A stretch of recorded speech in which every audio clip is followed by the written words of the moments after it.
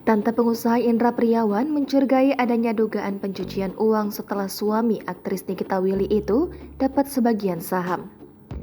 Dikutip dari YouTube Cumi-Cumi, tante dari Indra Priawan, Mintarsi, mengaku kehilangan saham yang diinvestasikan pada perusahaan keluarganya.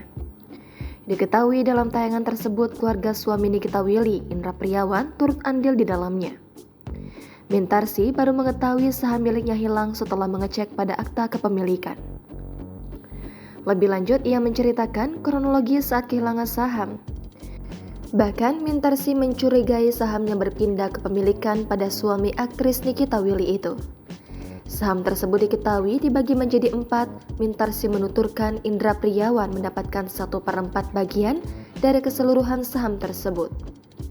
Saham yang didapatkan ayah satu anak itu dinilai Mintarsi bernilai fantastis. Pada kesempatan itu, Mintarsi pun sempat menyoroti adanya dugaan pencucian uang. Pembicaraan Mintarsi kemudian mengarah pada salah satu tulisan dalam sebuah surat kabar.